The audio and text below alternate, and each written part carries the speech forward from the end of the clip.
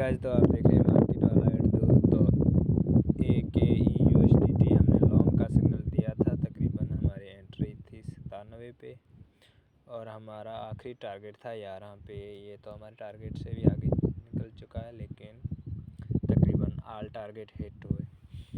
तो इस तरह की वीडियो देखने के लिए लाइक करें, शेयर करें और ये रिज़ल्ट चेक करें। हमने जो ग्रुप में सिग्नल दिया है वो टाइम चेक करें।